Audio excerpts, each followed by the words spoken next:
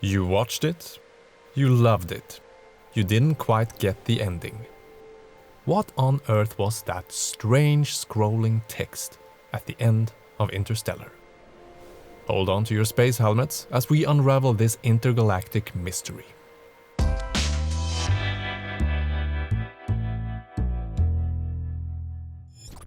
With concepts like wormholes, time dilation, and cornfields, Interstellar warped the minds of moviegoers.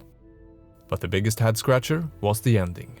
A long segment of text accompanied by low-key music. What was that all about? Let's take a closer look. Spoilers ahead. This final scene starts right after Cooper sets off to reunite with Dr. Brand. As Brand walks to her base, we cut to the mysterious ending. 5 minutes and 4 seconds of just text. That's it. About half of this text is just names, and initially they're names we've never heard before in the movie. After exactly 100 seconds, the scene changes. Instead of a few lines fading in and out, a huge chunk of words starts scrolling vertically. We're still getting names and descriptions, but hang on, these are familiar names. There's Murph and Cooper, Donald and Tars. But after lifting the veil just a tiny bit, the final scene gets mysterious again, and we're back with the random names. Set decorator, Paul Healy. Key makeup artist, Jay Veggiebee. The list literally goes on and on. I gotta be honest, the first time I saw this ending, it bugged me. At this point, the plot was already wrapped up perfectly. Why muddy the waters? Why add this pretentious montage? The vague finale also causes a clash in tone, since the rest of Interstellar is such a clear and straightforward story. Everything leading up to the end is easy to understand. In a 4-dimensional tesseract created by an advanced future civilization, Cooper uses gravity waves and the quantifiable power of love to transmit quantum data across spacetime to his daughter's watch, which is used to solve an equation to facilitate mankind's departure from a dying Earth. But I struggled grasping this weird wall of text. So it was time to solve the riddle.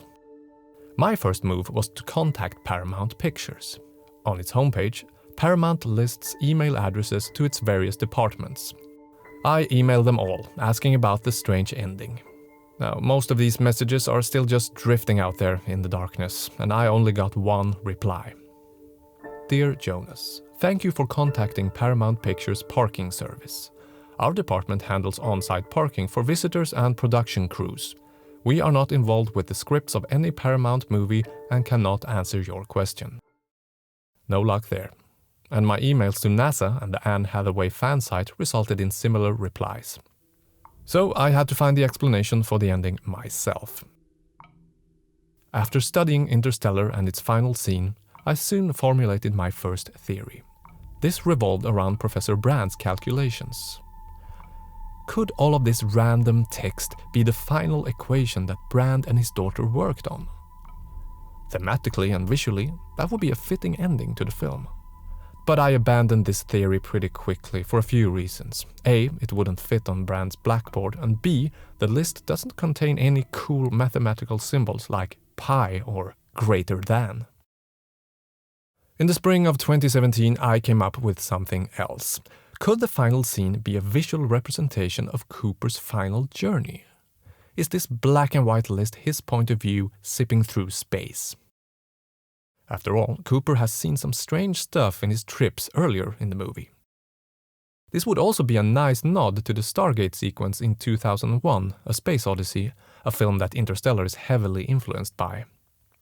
Just as this scene portrays a spiritual voyage through cosmic consciousness, Interstellar's cavalcade of symbols suggests something similar, a journey where the individual merges with the universal. Sadly, I had to abandon this theory as well. Mainly because it was nonsense, but I just couldn't fit the line catering Keith Church into all this either. At this point, I was about to give up. But after 4 more years of pondering, I stumbled upon a crucial clue. Clutching for straws, I googled one of the names in the list. Mike Primmer, boom operator. I wound up on Mike's LinkedIn page, And reading his resume, I found this. Mike Primmer, boom operator on Interstellar. The penny finally dropped. The names in the final scene are the people who worked on the movie. It made total sense. This was a list crediting the cast and crew of Interstellar. It had nothing to do with the plot. High on this insight, I grabbed the rest of my Christopher Nolan films, skipped to their endings, and lo, they also had these lists. Not only is this very cool filmmaking, I think it's a very nice gesture by Nolan to say thanks to those behind the camera. Acknowledging the hard work of cast and crew is something other filmmakers should consider doing in their movies. Figuring out Interstellar's ending has been an amazing journey for me, and today, 7 years later, I'm proud of having solved this riddle. A little older and a little wiser, I'll leave you with these words. We've always defined ourselves by the ability to overcome the impossible. And we count these moments. These moments when we dare to aim higher, to break barriers, to reach for the stars, to make the unknown known.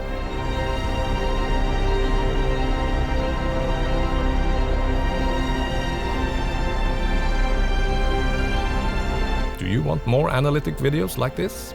Then you should consider liking and subscribing, otherwise I can't really be bothered. Thanks for watching.